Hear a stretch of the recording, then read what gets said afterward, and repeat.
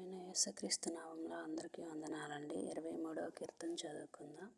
యెహోవా నా కాపరి, నాకు లేమి కలుగదు.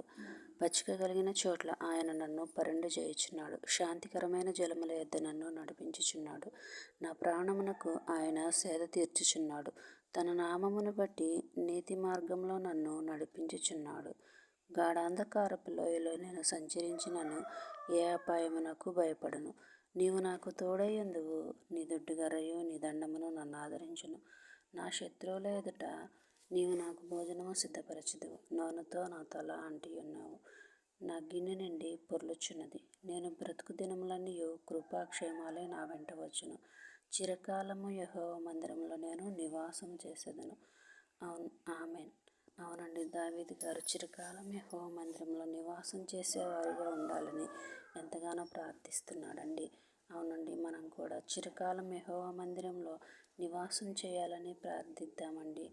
ఆయన మందిరంలో నివాసం చేయటం అంటే చాలా గొప్ప భాగ్యం అండి. 1000 దినాలు ఈ భూలోకంలో గడుపుట కంటే ఒక్క దినం దేవుని మందిరంలో గడుపుట 1000 దినాల కంటే శ్రేష్టమైనది. మనమందరము కూడా ఆయన మందిరంలో నివాసం చేసేవారిగా ఉందామండి. ఆయనకు ప్రార్థించేవారిగా ఉందామండి.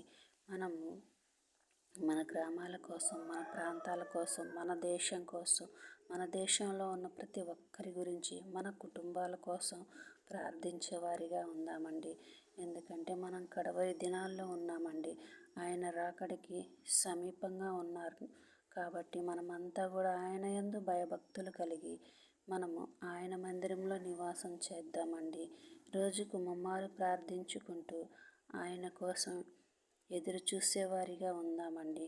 ఆయన ఎప్పుడు వస్తారో తెలియదు కాబట్టి ఎత్తబడే వారిలో ఉండాలని ముమ్మారు ప్రార్థించుకుంటూ ఆయన కోసం భయభక్తులు కలిగి ఎదురు చూసేవారిగా ఉందామండి.